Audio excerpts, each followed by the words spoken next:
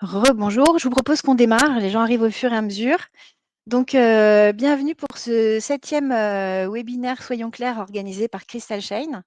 On est très content, c'est le premier webinaire de la rentrée et on est très content de vous recevoir toutes les deux. Donc il y a quelques temps, effectivement, on travaillait sur tout ce qui était chez Crystal Shane, sur tout ce qui était impact ACV, affichage, etc. Et je dois dire que on voulait vraiment bien comprendre les enjeux pour pouvoir proposer effectivement à nos clients et partenaires les meilleures solutions. Donc on a fait une immersion dans les sujets. On s'est dit justement qu'après, c'était quand même pas mal de faire bénéficier au plus grand nombre des vraies réflexions qu'on avait eues sur ce thème et qui sont très importantes parce que ça peut permettre de définir vraiment les stratégies d'entreprise. Et du coup, on est ravis de pouvoir recevoir aujourd'hui donc Sabine Bonneau, porte-parole de Planète Score, et Valérie Thierson, fondatrice et CEO de Green Score Capital. Donc je vous laisse toutes les deux vous présenter et puis on va démarrer. On a pas mal de choses à voir.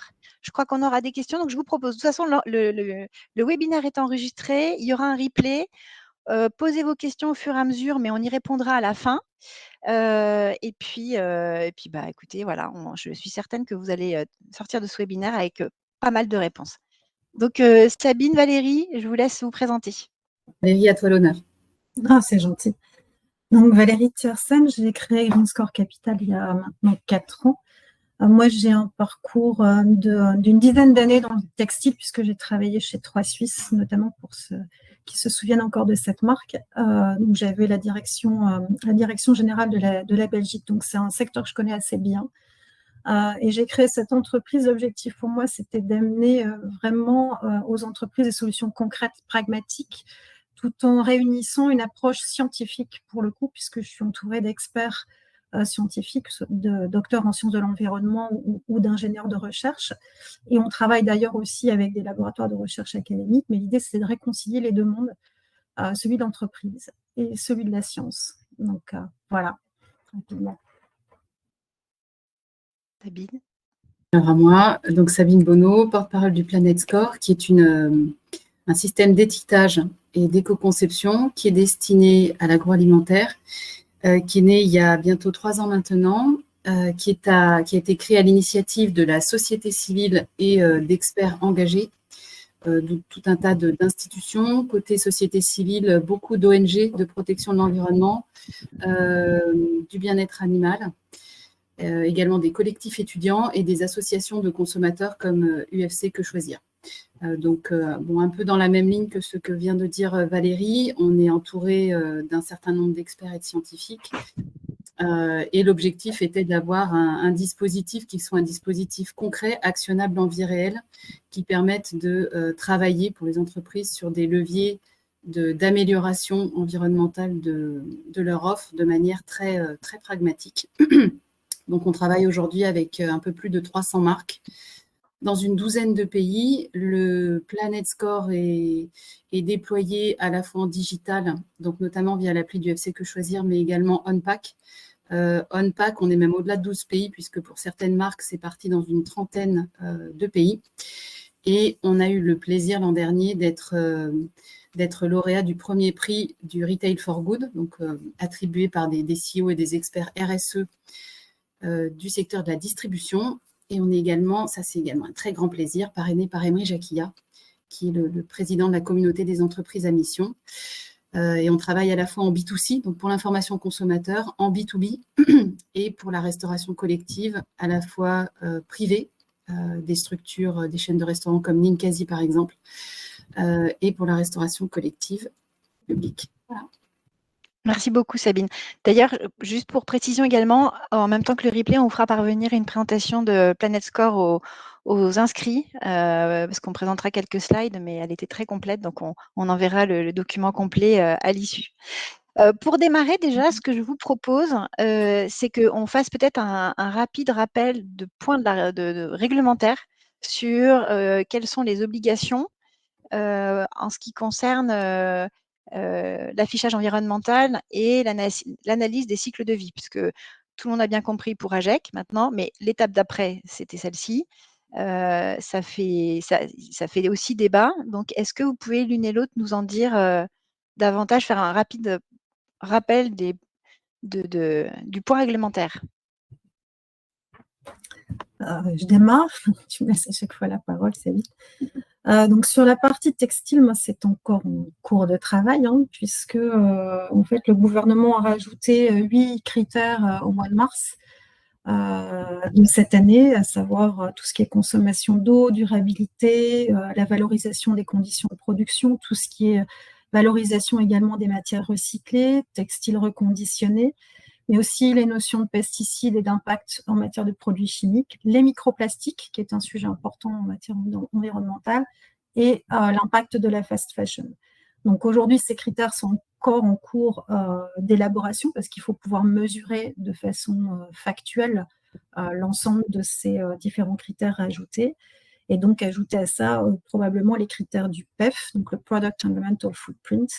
Donc, pour l'instant, en termes d'horizon, on est sur plutôt deuxième trimestre 2024 pour un démarrage de l'affichage environnemental, mais de façon non obligatoire, en tout cas pour la partie textile, et avec probablement un affichage obligatoire, mais pas avant 2025, voire 2026. On n'a pas forcément une visibilité très claire à l'heure actuelle. Je peux apporter quelques petits compléments peut-être sur la partie food et puis également sur la partie européenne. Donc en fait, l'objectif, c'est d'aller relativement vite côté gouvernemental. On travaille actuellement avec notamment les services du ministère de la Transition écologique en bilatéral sur les métriques, sur les méthodologies et sur l'articulation avec les dispositifs indépendants. En tous les cas, pour ce qui est du contexte réglementaire, aujourd'hui, les travaux qui sont en cours du côté du gouvernement amènent à largement corriger et dépasser le PEF. Je vais y venir sur l'échelle européenne. Il y a eu des déclarations extrêmement fortes de la Commission sur ce point au mois de mars. L'idée est d'aboutir au calcul d'un coût environnemental. Et ce coût environnemental qui serait un coût intrasectoriel permettrait de donner une vision de l'impact de nos consommations qui serait adapté à une vision relativement panoramique, mais moins pertinent en termes d'outils de différenciation en intra-catégorie et en intrasecteur. Donc, en fait, l'idée du travail qui est en cours actuellement avec les experts métiers, dont on fait partie, c'est de travailler à l'articulation entre cette vision intrasectorielle et des visions vraiment métiers adaptées aux différents secteurs. Sur la partie donc réglementaire, juste pour être calé là-dessus, les dispositifs qui sont en cours d'élaboration sont issus de la loi Résilience Climat. La France est pionnière sur ce sujet et la loi qui a été votée à l'été 2021 donne 5 ans pour décider quel secteur, quelle modalité. Et le textile et l'agroalimentaire sont premiers sur la ligne de départ. On aura les cosmétiques et l'ameublement ensuite. Le socle de départ, le socle technique, puisqu'on va en parler, qui était l'ACV et le PEF jusqu'en début d'année 2022, est un socle technique et controversé, notamment pour nos secteurs. Et c'est la raison pour laquelle aujourd'hui les choses ont pas mal bougé, notamment la Commission européenne a élaboré sur plusieurs années et publié le 22 mars de cette année un projet de directive qui s'appelle Green Claims, allégations environnementales, et qui permet en fait de caler un certain nombre de points très importants. Donc, je vais en lister juste quelques-uns. Il n'y a pas de référence unique possible. Donc, en fait, la Commission a acté, au terme de 10 ans de travail, le fait que cette méthode PEF ne permettait pas de donner, alors c'est un verbatim de la Commission que vous trouverez dans le diaporama, une image crédible de la valeur environnementale des produits alimentaires dans un certain nombre de secteurs, notamment donc agroalimentaire, pêche et textile. Je vous lis également d'autres éléments qui sont dans ce texte de la Commission. Imposer une méthode unique telle que l'empreinte environnementale PEF comme méthode standard de justification pour toutes les allégations environnementales ne serait pas appropriée. Non. Et la possibilité d'utiliser une méthode standard pour étayer les allégations environnementales n'a pas été retenue. Donc, vous trouverez dans le diaporama un certain nombre de verbatim de la Commission et il est certain, juste pour être clair là-dessus, que ça a provoqué un certain nombre de satisfaction du côté notamment de scientifiques et d'ONG, mais également d'Eurocommerce, qui avaient été en soutien d'une approche qui ne serait pas santé basée sur le PEF ou exclusivement sur le PEF. Et ça a également provoqué des déclarations de déception d'un certain nombre d'acteurs, notamment alors des acteurs qui sont bien notés dans le PEF, avec tout ce qui manque, et notamment le lobby des brasseurs, le syndicat du lait à l'échelle européenne, mais également un certain nombre d'acteurs du textile que Valérie connaît sûrement bien mieux que moi. Voilà. Oui. Et donc, le texte cadre en tous les cas que pour exercer sur le marché, les méthodologies qui pourront être utilisées sont des méthodologies qui doivent remplir des conditions. Voilà, remplir des conditions de pertinence, on va dire. En fait, tout l'intérêt de ce webinaire, c'était effectivement de montrer que l'idée, c'est pas quand la loi va tomber, de dire allez, on remplit des données dans un tableau pour avoir un chiffre. C'est qu'il y a, selon les méthodes, on arrive vraiment à des résultats diamétralement opposés, on peut le dire, qu'en même temps, on voit que la société civile, les ONG, les décisions judiciaires vont quand même de plus en plus dans le sens d'un soutien et d'un vrai respect de l'environnement. Donc, le but de ce webinaire, encore une fois, c'est de pouvoir donner des clés aux entreprises et aux équipes pour savoir, selon telle ou telle méthodologie, quelles valeurs et quels enjeux ils vont défendre pour après, et puis en plus, on a un peu préparé avant, vous donnez même des étapes. En fait, ça permet d'avoir un fil conducteur et des étapes qui sont beaucoup plus faciles à suivre. Donc, merci beaucoup en tout cas pour ces premières réponses. Deuxième également, on trouvait peut-être pas mal de se lister un peu toutes les solutions et les méthodologies qui existent aujourd'hui pour qu'on puisse après savoir laquelle va avec quelle structure, etc. Donc, est-ce que peut-être Sabine, vous pouvez nous lister les principales et puis Valérie également? Alors pour le food, il y en a essentiellement 3 du côté acteurs indépendants, une qui n'arrive pas du tout à se déployer, qui a été sortie il y a à peu près 1 an, qui s'appelle EcoImpact, qui est née en Grande-Bretagne. Alors, je préfère les lister toutes pour qu'on ne me dise pas que j'en ai oublié. EcoImpact est 100% PEF et donne donc des résultats qui, on va dire, d'après ce qu'a dit la Commission au mois de mars, ne permettent pas d'établir vraiment des actions concrètes d'amélioration environnementale sur le marché. Donc ensuite, on a l'EcoScore qui est, je le dis en toute franchise, qui a eu le mérite de démarrer le sujet il y a un peu plus de 2 ans en lançant ça sur des applications mobiles, mais qui est à l'arrêt, donc l'EcoScore privé. Et donc pour le food, le Planet Score, qui est aujourd'hui, et ce que je dis là est également consensuel et vu régulièrement avec les pouvoirs publics, la seule initiative qui se déploie à l'échelle européenne, incluant d'ailleurs dans d'autres pays que la France, où il est identifié aujourd'hui comme étant l'initiative qui a pris le lead en fait au niveau européen. On rencontre d'ailleurs à ce titre assez régulièrement la Commission européenne. On a encore une grosse réunion en juillet, c'était la 6e, et le Planet Score, donc français, est clairement identifié comme l'initiative qui a vraiment pris le leadership sur le marché. Parfait. Sur la partie textile, comme on est toujours en phase exploratoire, donc effectivement, il y a pas mal de porteurs de projets qui sont très pro-PEF et qui ont basé l'entièreté de leurs solutions sur cette méthodologie européenne. Sabine en a rappelé les limites. Pardon. Et après, on est aussi, nous, avec plusieurs porteurs de projets où on va apporter peut-être une vision un peu différente.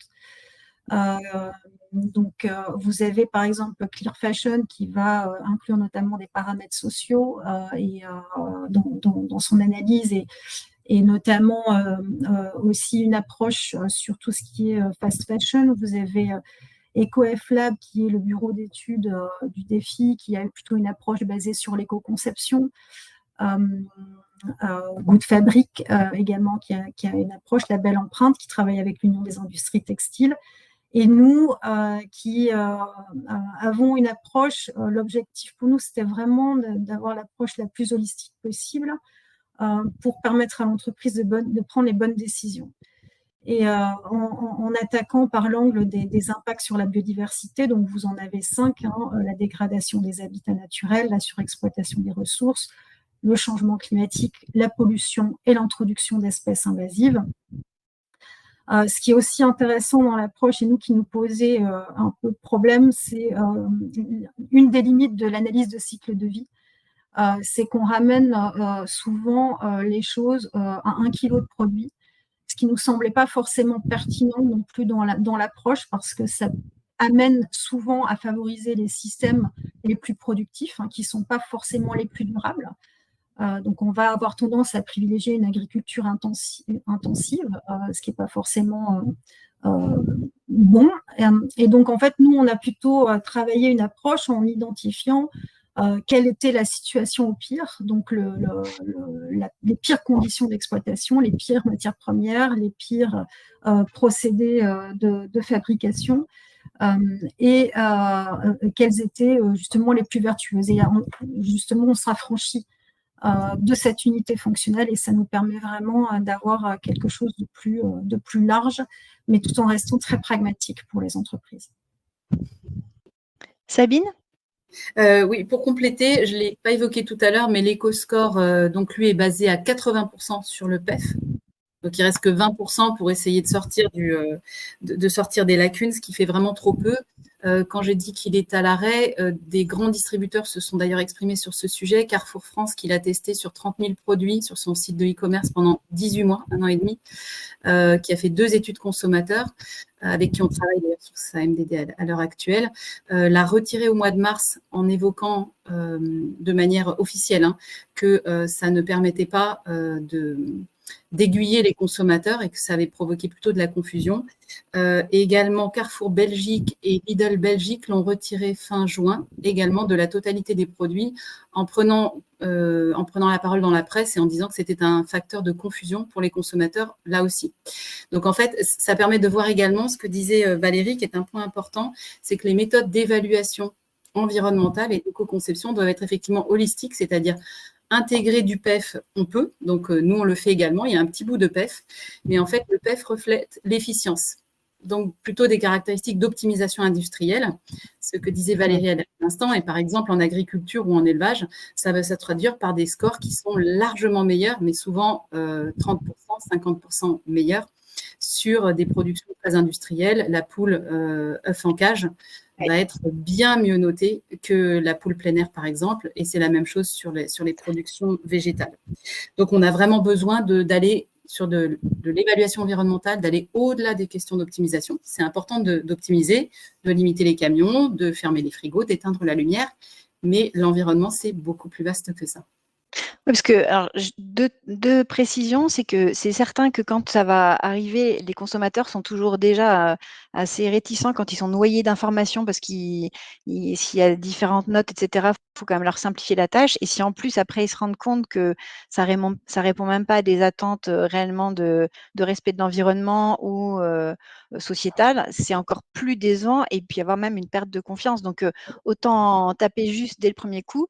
Et la deuxième remarque, c'est que rien n'empêche d'avoir dans les méthodologies que vous présentez, qui sont très complètes, qui sont réellement donc des soutiens pour le respect de l'environnement et le social, rien n'empêche quand même d'avoir une partie qui répond à si jamais en France c'était la réglementation PEF par exemple, d'avoir une partie PEF pour répondre à la partie réglementaire, mais d'aller plus loin pour pouvoir justement réellement voir ses impacts et avoir une vraie démarche durable.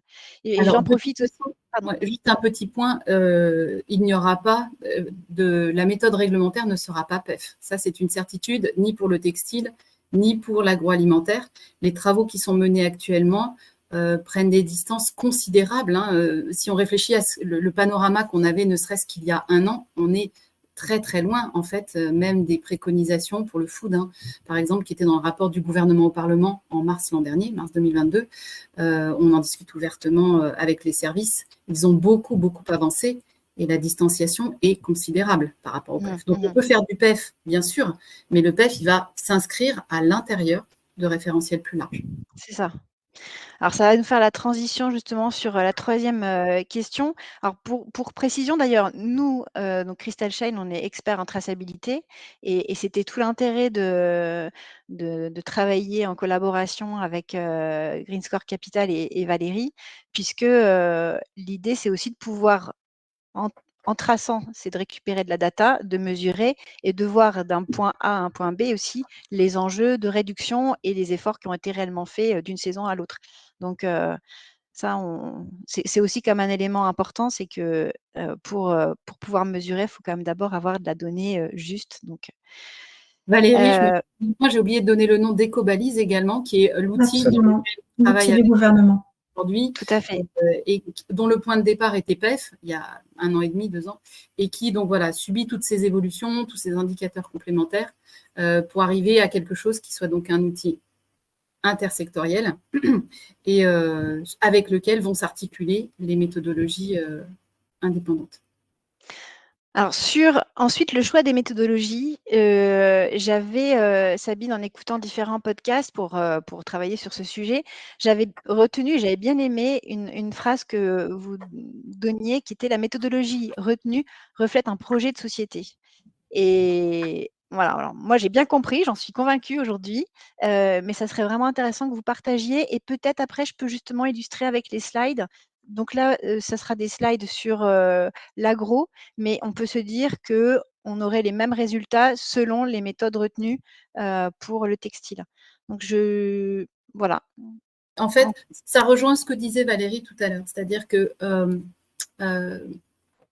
alors, je ne vais pas revenir tout de suite sur la question de l'unité fonctionnelle, mais quand on regarde quels sont les enjeux environnementaux, scientifiquement parlant, auxquels on veut répondre, ces enjeux, ils sont documentés. Donc, nous, notamment, le cadre conceptuel qu'on a utilisé, c'est le cadre des limites planétaires, du dépassement des limites planétaires, et de regarder comment les systèmes de production et de consommation sont placés sur ces dépassements, à quel point ils contribuent et quels sont les systèmes qui sont les plus contributeurs.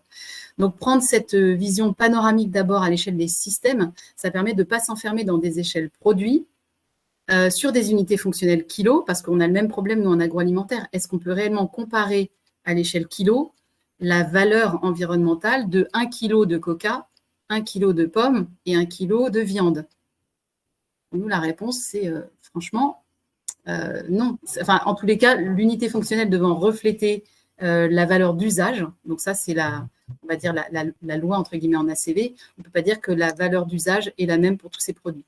Donc l'objectif, c'est de partir des enjeux globaux et de regarder quelles sont les prospectives scientifiques. Au départ, hein, c'est ce qu'on a fait. Quelles sont les prospectives scientifiques, les scénarios, les trajectoires qui amènent à ces scénarios soutenables.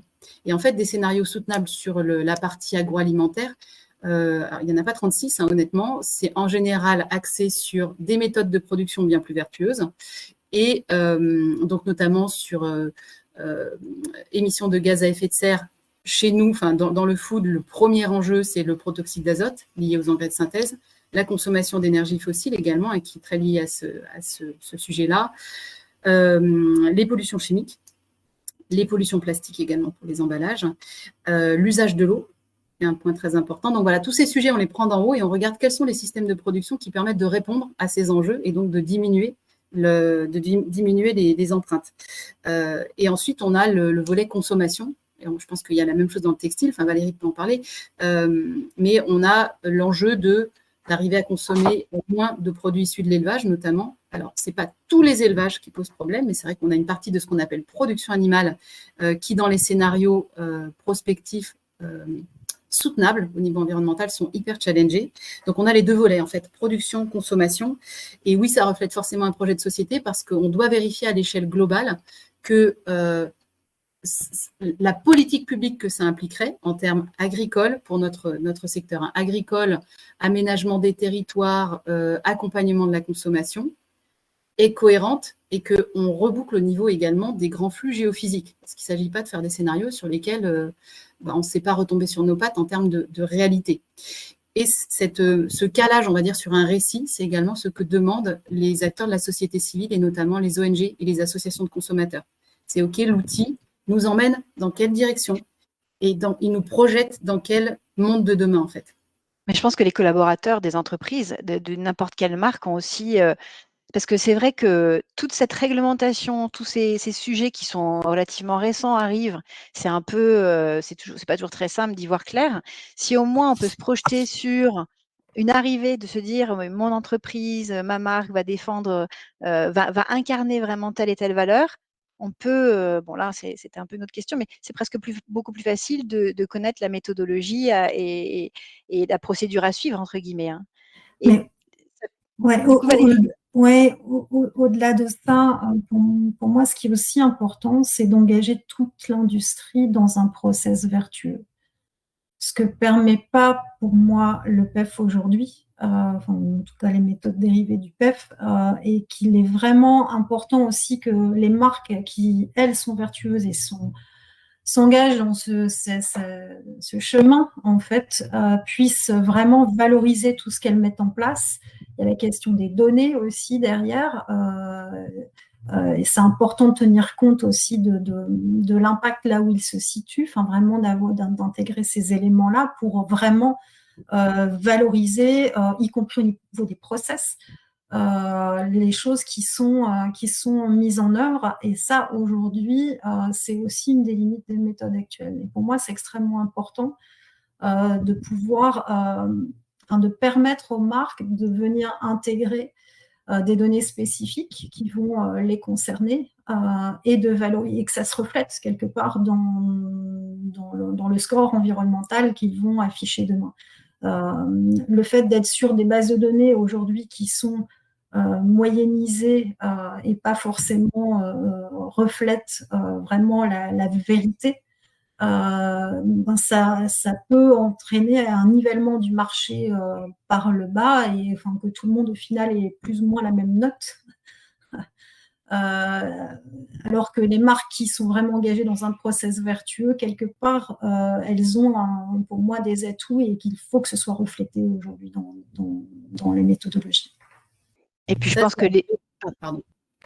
non, mais les ONG en plus et la société civile ne laisseraient pas perdurer de telles méthodes, parce qu'il y avait, on en a entendu parler pendant les vacances d'été. C'était une décision qui a été rendue au Montana, justement, qui a donné raison à 16 jeunes. On voit que de plus en plus, ces tribunaux, quand même, soutiennent les démarches de particuliers ou d'ONG sur les impacts que peuvent avoir, néfastes que peuvent avoir les marques, ou sur tel ou tel sujet. Et du coup, ça tiendrait pas très longtemps, quoi. Donc, en fait, l'idée, c'est de se dire que si on voit quand même à long terme, ou même à moyen terme, on ne peut pas ne pas aller vers des solutions, des méthodologies qui envisagent globalement tous ces enjeux dont vous parliez, Sabine et Valérie, hein. Oui, alors d'autant plus que, en fait, pour des entreprises, puisqu'il y en a eu, même si j'espère et je pense qu'aujourd'hui elles sont minoritaires, qui ont milité fortement pour du PEF, 100% PEF, il faut bien voir que c'est un outil qui a un potentiel de destruction de valeur énorme. Il faut en être conscient, c'est-à-dire, je vous donne une illustration. Nous sommes dans la filière porcine, par exemple, jambon. Et donc, on pense que, comme le PEF, il est de mieux en mieux au fur et à mesure qu'on industrialise le système, on pense que nous, les Français, on aurait intérêt à militer pour ça. Si on fait ça, en fait, on va se retrouver avec l'industrie chinoise. Typiquement, les Chinois, ils mettent les porcs en bâtiments de 20 étages, des systèmes qui sont encore plus industriels que chez nous et qui sortent avec des notes PEF qui sont meilleures. Donc, en fait, au jeu du moins 10 ans, on n'est jamais sûr de gagner, et on perd très, très souvent, en tous les cas, dans nos industries, nos pays européens. Donc, partir là-dessus, ce n'est pas forcément l'idée du siècle. Et puis, il faut se rappeler quand même, en effet, quel est l'esprit de la loi. La loi résilience climat, qui est à l'origine de l'affichage environnemental, c'est pour lutter contre le greenwashing. Donc, effectivement, comme l'a dit Karine, tout outil qui serait un outil de promotion du greenwashing serait très rapidement déplacé en termes de pertinence et d'acceptation. Et au-delà du PEF, et de l'affichage environnemental, il y a aussi d'autres lois dont on peut peut-être parler, et auxquelles le PEF ne répond absolument pas. Je pense à la Corporate Sustainability Reporting Directive, donc la CSRD, qui nécessitera, alors pas pour toutes les entreprises, il faudra avoir plus de 250 salariés, un certain niveau de chiffre d'affaires, etc. Mais il y aura une section biodiversité à remplir en fait dans ces reportings extra-financiers. Le PEF ne permettra pas d'avoir cette vision globale. On a aussi la loi sur la déforestation qui est en train d'arriver, hein, qui concerne aussi bien l'agroalimentaire que le textile, hein, où certains produits, il va falloir prouver que ça ne provient pas de zones déforestées. Donc ça, c'est aussi un autre Le sujet. cuir. Voilà, le cuir, le caoutchouc, donc pour les élastiques, par exemple. Ah oui. Le textile sera concerné aussi, hein. Puis après, il y a tout ce qui est dérivé du bois, donc nos étiquettes, les emballages. Et pour l'agroalimentaire, il y a tout ce qui est soja, café, bien sûr bétail, cacao, huile de palme. Donc ça fait voilà, coco, absolument. Quand on avait préparé le webinaire, je vais une question un petit peu plus loin, mais c'était intéressant parce que vous m'aviez dit que les solutions indépendantes, les méthodes indépendantes peuvent être plus pertinentes parce que plus métier. Est-ce que vous pouvez développer? Parce que l'idée, c'est, premier point, on a fait un tour de la réglementation en se disant que même si ce n'est pas demain, il y a un faisceau d'indices entre CSRD, déforestation, affichage, etc. Plus tôt on s'y met, mieux c'est. Ensuite, donc on voit bien qu'à chaque méthode, il y a un vrai enjeu. Mais après, même dans la mise en place, en quoi c'est quand même plus facile de passer par des méthodes indépendantes?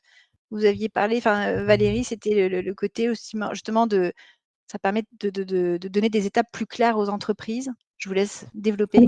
En fait, ce qui est intéressant en partant des 5 pressions qui s'exercent sur la biodiversité, c'est que pour l'entreprise, c'est assez facile de comprendre à quel moment elle va dégrader un habitat et sur quelle étape de sa chaîne de valeur ça se situe. Idem, quand elle va surexploiter une ressource, que ce soit l'eau ou que ce soit des ressources fossiles, à quel moment ça se situe dans sa chaîne de valeur, et donc d'identifier quelque part où sont ses impacts les plus importants et quel levier elle va devoir actionner derrière. Donc, au-delà d'être une approche scientifique, c'est une approche qui est concrète et opérationnelle et qui permet vraiment d'identifier le plan d'action associé. Je laisse Sabine parler des limites planétaires, peut-être. Oui, en fait, là-dessus, il y a 2 points. Est-ce que c'est pragmatique, actionnable, concret? Et effectivement, les méthodes PEF demandent des inventaires extrêmement complets, détaillés, de sujets parfois qui sont en réalité sans grande importance au final, qui nécessitent beaucoup de ressources internes dans les entreprises, qui coûtent très cher. Alors, pour info, c'est un des points que vous aurez également dans le diaporama, les verbatims de la Commission européenne sur le fait que le PEF, c'est-à-dire l'usage de l'ACV pour les entreprises, ne peut pas non plus être central parce que c'est beaucoup trop cher pour faire des analyses détaillées. Ils ont sorti des chiffres de 40 50 000 euros. Ça peut être un peu moins quand on en fait davantage, mais en tous les cas, c'est pas TPE, PME compatible et la Commission est très, très vigilante sur ce point, que ça ne soit pas une nouvelle barrière à l'entrée pour une grande partie en fait des entreprises. Donc, on a la question du coût et puis la question des actions concrètes. En fait, très souvent, on a quelques leviers par catégorie de produits qui sont réellement influents sur l'impact ou la valeur environnementale des produits à l'échelle des systèmes de production. Et en fait, les méthodes indépendantes se focalisent là-dessus. C'est-à-dire qu'on utilise de la data moyenne telle qu'elle est dans les bases de données d'État pour ce qui est peu influent. Et on le module en fait avec de la data précise uniquement sur les leviers qui ont du sens. Donc voilà, je ne sais pas si ça répond à la question, Karine. Si, tout à fait. Tout à fait. Des méthodes qui sont en clair beaucoup moins coûteuses aussi pour les entreprises, puisque en fait, on ne peut pas dire qu'on a le choix entre soit gratuit, c'est-à-dire des moyennes où tout le monde va avoir la même note, ce que Valérie évoquait, mais voilà, gratuit dans ces cas-là, ça ne vous permet pas d'avancer en fait. Ça ne vous permet pas non plus d'alléguer quoi que ce soit sur le marché et de tenir vos promesses réellement en faveur de l'environnement, et d'avoir le choix qu'entre ça et des choses extrêmement, extrêmement coûteuses et en plus pas forcément ultra pertinentes au bout du compte. Donc, les méthodes indépendantes, en fait, avec l'expertise métier, elles se situent là. Et pour info, dans les discussions qu'on a avec les services gouvernementaux, on est vraiment reconnu aussi pour ça, pour la pertinence, l'expertise métier et le fait qu'on a réussi à trouver une façon d'accompagner la totalité des entreprises avec des outils à la fois pertinents et peu chers. Mmh. Parce que finalement, les enjeux entre, l'agro et le textile, sont pas réellement différents. Beaucoup de matières biosourcées Ah tout à fait. et les impacts pollution, polluants, etc. sont aussi très similaires. Et on va dire les angles morts, du coup, sont aussi assez similaires. Absolument. On a des secteurs sur lesquels c'est quand même plus adapté quand on raisonne sur, je sais pas, des panneaux solaires, enfin des productions qui sont beaucoup moins en lien avec les systèmes vivants. Il y a un petit peu moins de difficultés avec des approches PEF. Donc, pour définir la méthodologie effectivement qu'on appliquera et qu'on peut appliquer d'ores et déjà avec, Green Score Capital, oui, on peut vraiment s'appuyer sur tout ce qui a été, expérimental et les retours d'expérience de ce qu'il y a eu dans l'agro, hein. Tout à fait. Par ailleurs, pour les entreprises là, qui nous écoutent, travailler avec ces outils-là, des outils pragmatiques métiers, ça vous permet aussi de mobiliser des datas que vous avez déjà en interne. En fait. Donc, c'est pour ça que, si vous avez déjà engagé en tous les cas des trajectoires, que vous travaillez ces sujets, du coup, vous pilotez, vous avez déjà des bases de données et c'est ça qu'on peut utiliser directement. Alors que si vous vous lancez dans des analyses PEF, pour ceux qui l'ont déjà fait, souvent, ça vous demande des choses qui sont extrêmement éparses à l'intérieur de l'entreprise et assez difficiles à collecter et assez loin en fait de la RSE. Voilà. Et en tous les cas, tout ce calibrage, ce calage, etc., ne se fera que progressivement. On a eu confirmation tout récemment du gouvernement que l'affichage ne sera pas obligatoire avant 2025 et probablement même pas en début d'année. Donc voilà, on est encore en phase de rodage. Mais en même temps, effectivement, comme on le rappelait tout à l'heure, il y a aussi d'autres, réglementations qui sont à peu près dans les mêmes dates d'application de toute façon, et puis il y a la pression aussi tout simplement, des ONG, de la société civile qui, là, enfin en tout cas pour les Parisiens, on sort d'une période à peu près anormalement chaude, je crois, et on voit partout dans le monde les impacts que ça a. Ce qui est en tout cas, enfin moi, quand je vous ai écouté et j'ai regardé vraiment, je travaillé sur le sujet, j'ai trouvé que ce qui était vraiment intéressant et ce qui peut faciliter la vie, je pense, des entreprises, et des équipes, parce qu'il y a ça aussi, c'est que c'est les équipes qui vont mettre en place, c'est de se dire vraiment quel est, quand on parle du récit, alors là, il va pas falloir faire du marketing, parce que parfois, tout ce qui est un peu RSE, c'est la partie marketing qui s'en occupe. Et c'est bien que ce soit la qualité et l'innovation ou même un service RSE qui s'en occupe aussi pour que ça soit vraiment sur les sujets. Mais en tout cas, c'est de se dire quelles sont, selon les mesures d'impact déjà, peut-être de voir si justement c'est des entreprises qui tracent déjà, c'est de voir quels sont peut-être les résultats ou qui sont très mauvais pour voir comment les améliorer. Mais ça permet en tout cas de se donner un point d'arrivée, un objectif. Et du coup, je pense que ça clarifie beaucoup pour l'ensemble des équipes ce que chacun a à faire, les points d'amélioration, les points, parce que également, dans quand on disait effectivement que tous les services sont aussi impactés par ces mesures, on parlait aussi de nombre de références, enfin de réassorts, de fréquence des nouveaux modèles, etc. Ça, c'est des choses qui sont également prises en compte.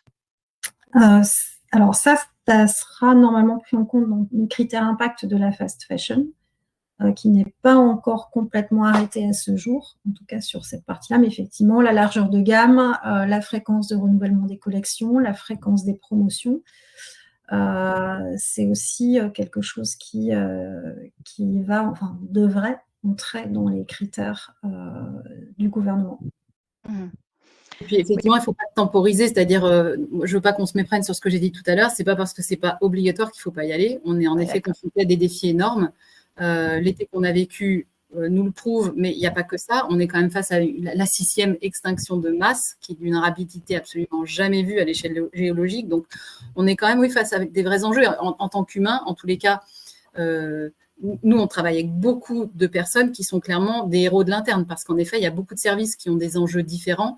Mais quand on se lève le matin, réellement, en tant qu'humain, en tant que citoyen, sur quoi on a envie de travailler, et à quoi on a envie réellement de contribuer. Donc oui, il faut se préparer. L'autre chose, c'est que travailler dès maintenant sur ces sujets, ça permet aussi de partager des points d'attention ou des points de vigilance qu'ensuite les acteurs peuvent partager avec les pouvoirs publics. Donc ça permet, dans cette phase de calibrage, de faire avancer les sujets. Donc il ne faut pas se priver de ça. Et non, l'affichage environnemental n'est pas un outil de marketing. Bien sûr que quand on a avancé, on est content d'en parler, on est content de le montrer, mais sachez quand même que dans les entreprises de l'agroalimentaire, aussi bien les fabricants que les distributeurs, on a aujourd'hui des gens comme Monoprix, Franprix, Eroski en Espagne, d'autres en Pologne ou en Allemagne, qui affichent des notes qui ne sont pas bonnes. C'est-à-dire qu'ils ont pris la décision de prendre les consommateurs pour des adultes. Et pour moi, en fait, les entreprises les plus responsables et celles qui tireront leur épingle du jeu, ce n'est pas celles qui vont dire « moi, je suis parfaite » et d'ailleurs, je vous le prouve parce que je vous montre 10% de ma gamme qui est en A. Moi, en tant que consommatrice, je préfère acheter un produit avec une mauvaise note, mais qui affiche, plutôt qu'un produit qui n'affiche pas. Donc, complètement, Sabine. Je pense que en tant que consommateur, on a bien conscience de. Il y a qu'à lire un minimum, écouter, voilà. Et puis c'est même extrêmement important parce que ce qu'on voit aussi au niveau, alors je ne sais pas si vous suivez ça, mais il y a un baromètre au niveau de la confiance des consommateurs qui sort régulièrement, qui est l'Edelman Trust Barometer, et qui montre qu'il y a une défiance de plus en plus importante en fait des consommateurs vis-à-vis des marques. Alors la mode, elle est plutôt en queue de peloton pour le coup. Et d'oser afficher que non, on n'est pas parfait, mais on affiche tout. Je trouve que ça introduit moins de défiance en fait du consommateur vis-à-vis de la marque que celle justement qui affiche uniquement, comme tu le dis, 10% de la gamme avec des produits 1. Et ça, c'est important. Si la marque veut aussi travailler sur cette notion de confiance vis-à-vis de ses consommateurs, elle doit, à mon sens, travailler sur la transparence et aussi bien montrer que là, elle est bonne élève, certes, mais là, elle est mauvaise élève peut-être et qu'elle a des progrès à faire. Puis en plus, pour le textile, il y a aussi, en tout cas en France, il y a, qui peut inciter aussi à travailler rapido sur le sujet.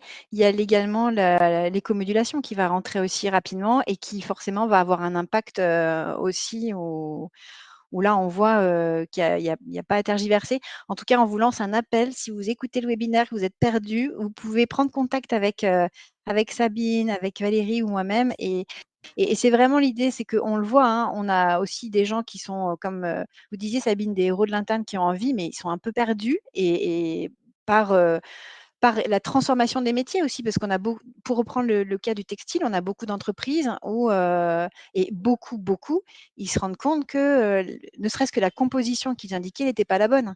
Donc, on sait bien que c'est un changement de paradigme.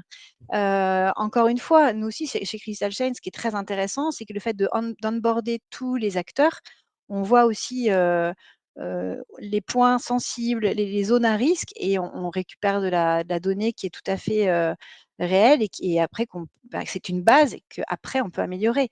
Donc on est un peu tous dans le même panier, dans le même bateau, ce qui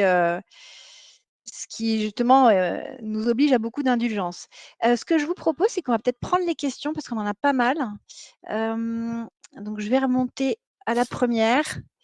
Le PEF, c'est une question de Benjamin. Le PEF européen sera-t-il opérationnel en 2024 ou faudrait-il suivre le décret français?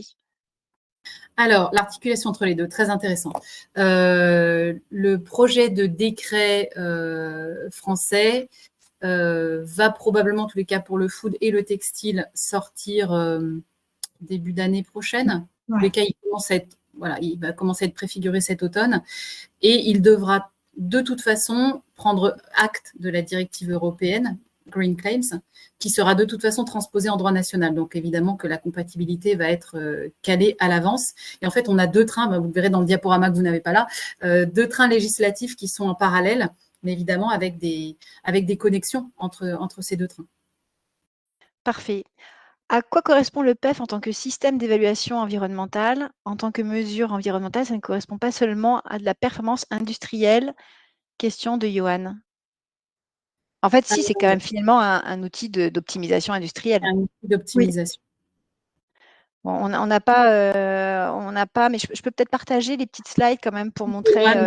Johan veut peut-être qualifier ou préciser sa question.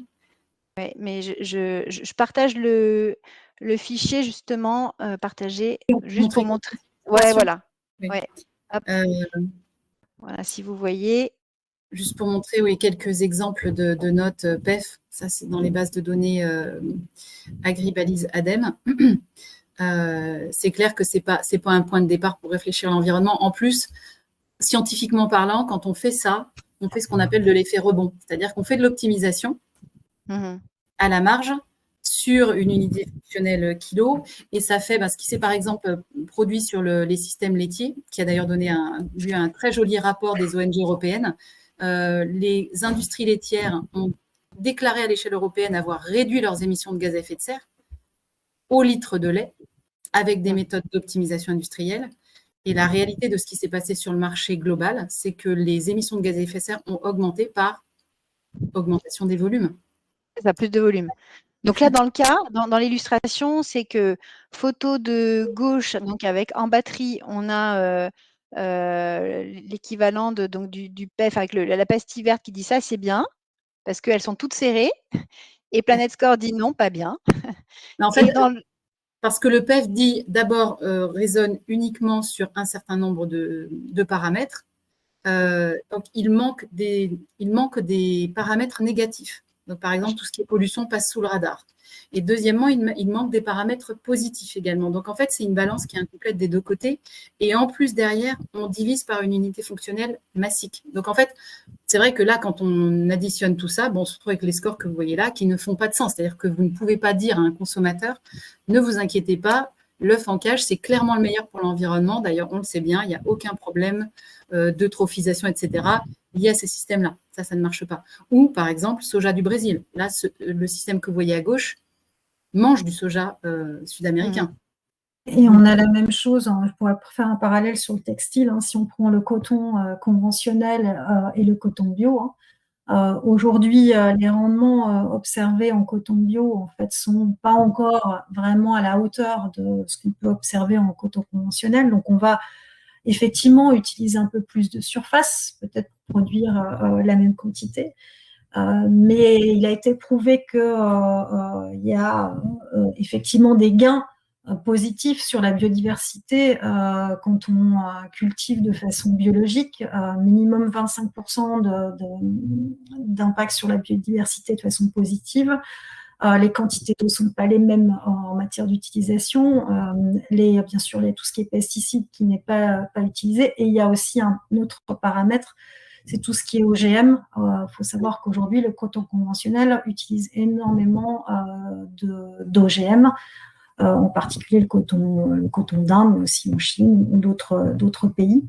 Et donc, comme le dit Sabine, si on reste sur une méthode PEF, c'est des choses qui passent complètement sous le radar. D'ailleurs, l'histoire des labels n'est pas du tout intégrée aujourd'hui dans l'évaluation et dans l'approche PEF. Ce qui n'est pas notre cas. J'ai vu qu'il y avait une question sur les labels. En fait, c'est aussi des choses que nous, on intègre en fonction de la qualité du label et aussi de l'approche en textile. Il y a notamment la Better Cotton Initiative. On a beaucoup qui utilisent ce label-là, mais qui aujourd'hui n'apporte aucune métrique factuelle quantifiée sur effectivement la réduction de pesticides ou de fertilisants. Donc voilà. Oui. Et en plus, je rebondis sur ce que vous disiez en début de webinaire, Sabine, c'est qu'en plus, à ce jeu-là, des importations, enfin des marques chinoises, de toute façon, l'emporteraient puisque elles ont encore plus de volume, donc elles auraient même des plus blancs que blancs, quoi. Ça serait A+, quoi.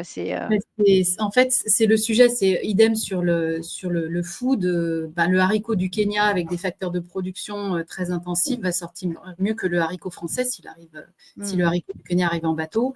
Idem pour la tomate de serre froide d'Almeria, elle sera bien mieux notée en PEF que de la tomate de Marmande. Voilà, ça pose quand même un certain nombre de vrais problèmes de résilience par la relocalisation, donc on va dire d'incohérence par rapport à un certain nombre de politiques publiques. J'en profite pour vous signaler d'ailleurs sur ce sujet de l'affichage environnemental et des politiques publiques, diffusion par le secrétariat général à la planification écologique le 13 juillet dernier d'un document, alors vous l'aurez également dans le diaporama, qui balaye tous les sujets, mais on a 2-3 diapos sur l'affichage environnemental et sur l'économie circulaire. Et ils identifient, c'est très important par rapport à tout ce qu'on vient de discuter, 2 niveaux de circularité dans tout ce qui est économie circulaire et modèle économique à privilégier, ce qu'ils appellent la circularité faible, et je lis ce qui est sur la diapo, modifier à la marge le système économique, modifier à la marge, en promouvant le recyclage, l'innovation technologique et l'optimisation des procédés et ressources. Et la circularité forte, qui est un concept qui, pour le coup, est beaucoup plus large, repenser les systèmes de production et de consommation en se basant sur la sobriété et les limites planétaires. Et là, on est vraiment dans le sujet. On rejoint ce qu'on disait sur la trajectoire, le récit, c'est savoir d'où on veut partir. Et après, en fait, on voit où on veut être et on déroule. Et s'il y en a qui veulent quand même se faire plaisir et avoir le PEF, ils peuvent l'avoir dans un petit coin, mais ça ne suffit pas, on le voit bien. On continue les questions. Toujours, Johan, quand vous parlez d'analyse holistique, vous utilisez les facteurs. Ah oui, c'est ce dont tu parlais effectivement, Valérie, je pense. Vous utilisez les facteurs de label. Oui. Donc ça, j'ai répondu. D'accord, oui. Alors, de notre côté, juste complète là-dessus, sur les labels, on utilise les labels pour ceux qui le garantissent comme socle de base. Par exemple, un label rouge en volaille va garantir que les volailles sont en extérieur, qu'elles ne sont pas abattues avant tel âge, etc. Le label bio va garantir qu'il n'y a pas d'usage d'intrants de synthèse et notamment pas de fertilisants de synthèse.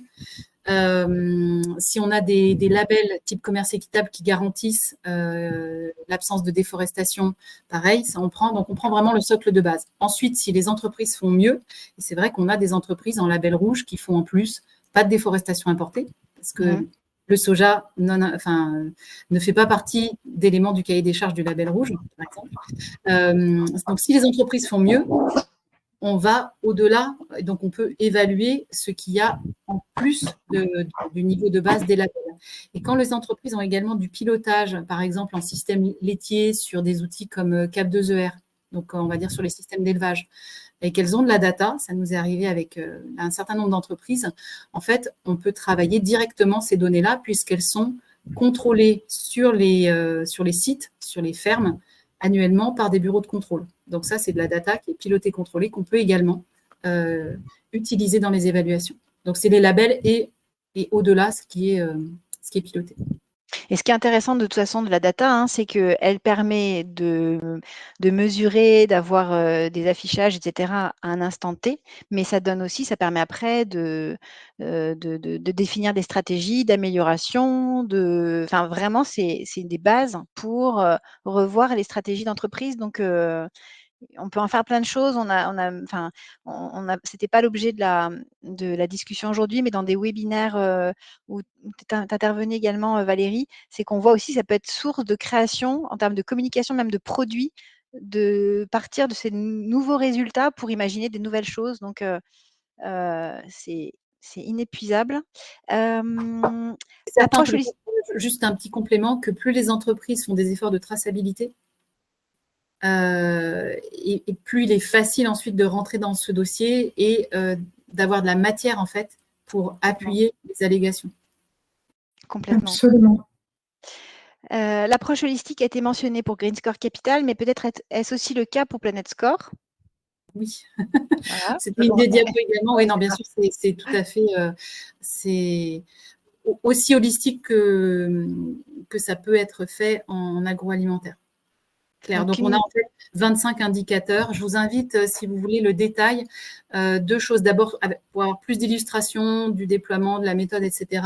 On a fait un webinaire méthodologie d'un peu plus de 2 heures qui a rencontré un très gros succès. On avait 250 participants, qui est sur notre site internet, planetscore.org, qui est à la fois la présentation et le replay sont disponibles gratuitement publiquement, comme d'ailleurs beaucoup de webinaires qu'on a fait. Tout ce qu'on fait, on le rend public.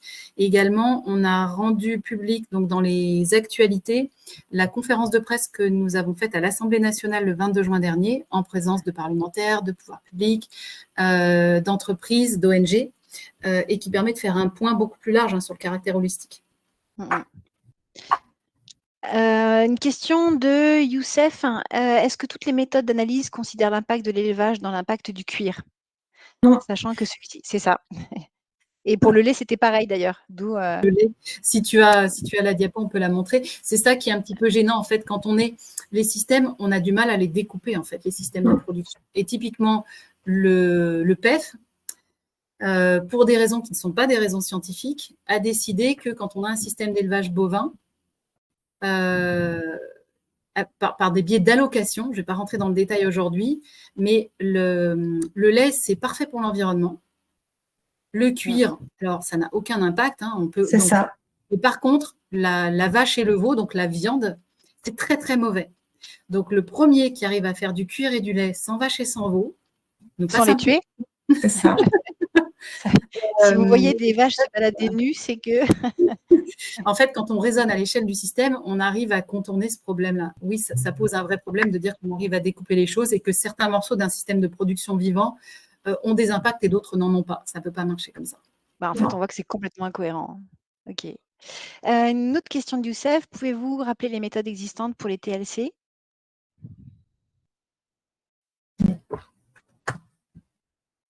C'est-à-dire? Oui, je n'ai pas plus d'infos. Si Youssef est encore là, je veux bien qu'il précise. Je vais passer à la question suivante.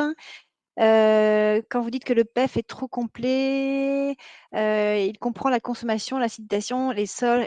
Ah oui, non, en fait, on ne disait pas que c'est trop complet. On disait que c'est un peu, il y a une distorsion entre les réels impacts et que c'est plutôt un outil d'optimisation industrielle. C'est que les indicateurs, voilà. Est incomplet. Il est très incomplet. Il est très, très incomplet. D'accord. Alors, pardon. Que pensez-vous de la mise en place des labels upcycling pour des marques qui valorisent des produits en fin de vie et quel impact ça pourrait avoir sur la démarche d'affichage environnemental? Pour moi, ça représente quand même une part très marginale, je pense, de la collection. Je suis un peu sceptique. Après, c'est toujours bien de mettre en place des choses pour revaloriser les produits en fin de vie, mais la question aujourd'hui qui est pour moi compliquée, c'est comment on arrive à passer à l'échelle sur ce genre de modèle. Ah oui.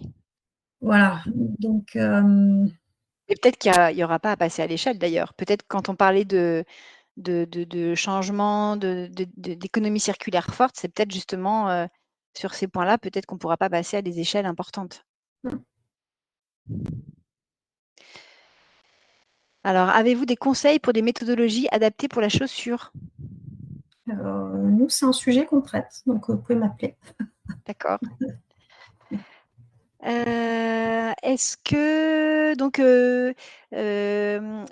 cela signifie qu'Agribalis, que l'ADEME utilise, est tiré du PEF?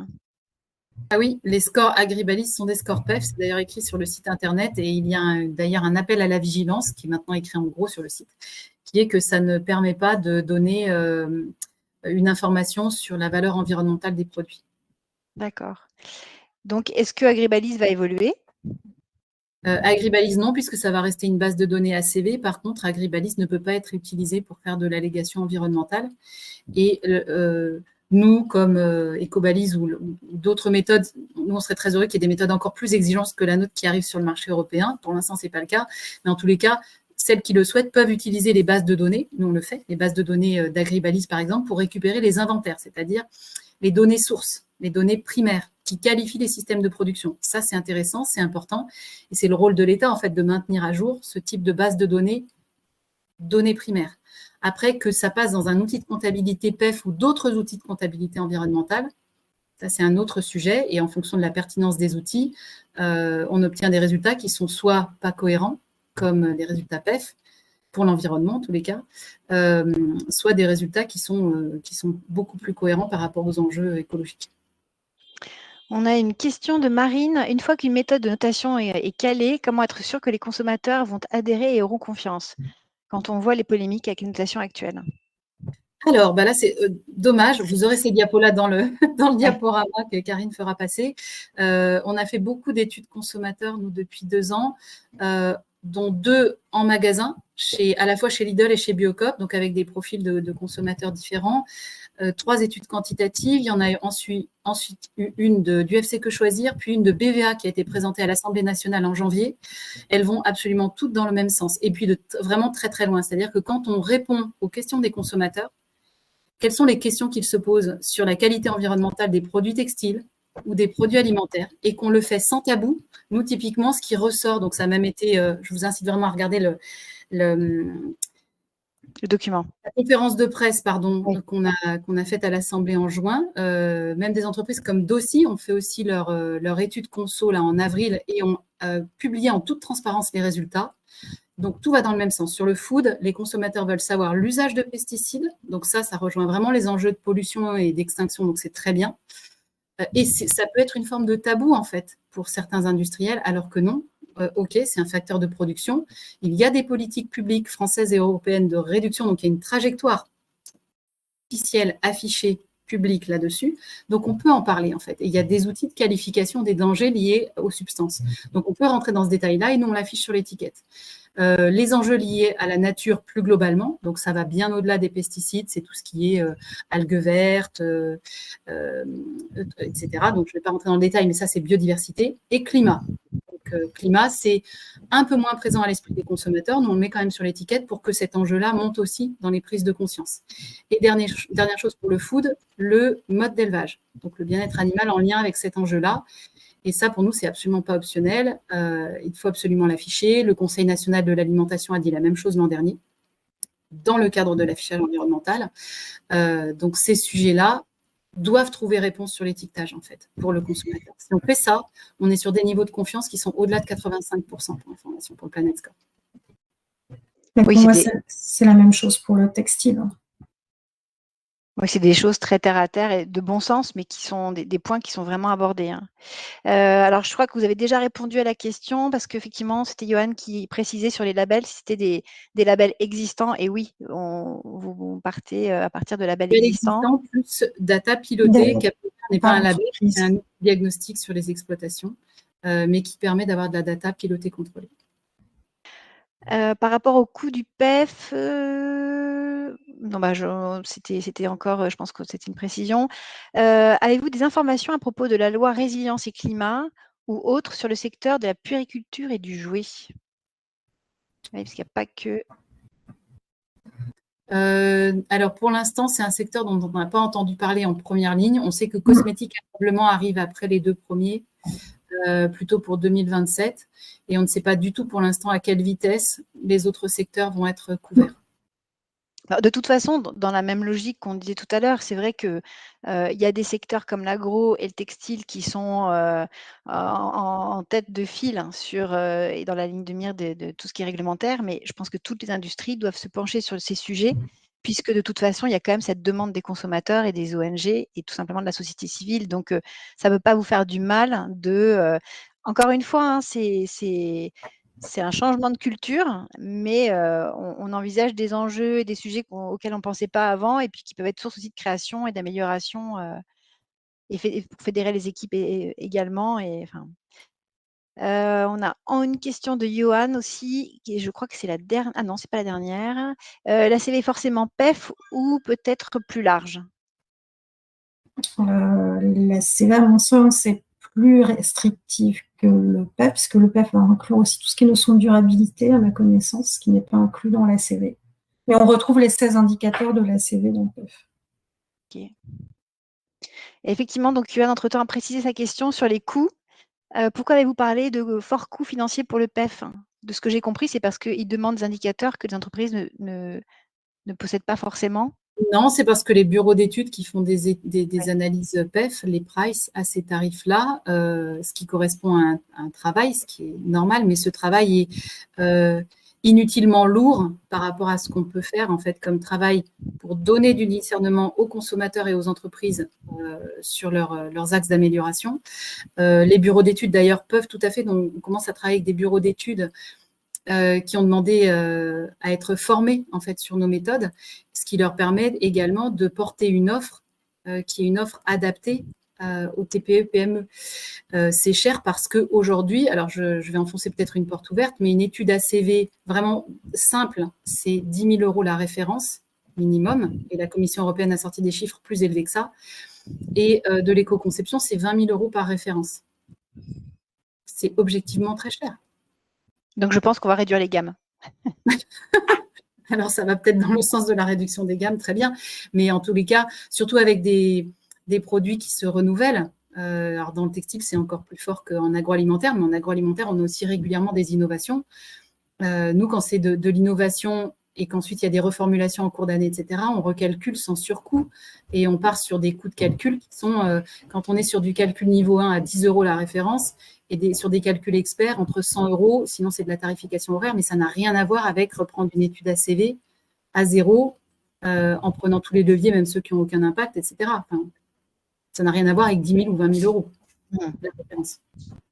Après, sur le textile, pour être très, très honnête, il y a quand même des acteurs qui ont développé des outils pur PEF à des coûts un peu plus raisonnables que ce que cite Sabine, mais on reste sur du PEF.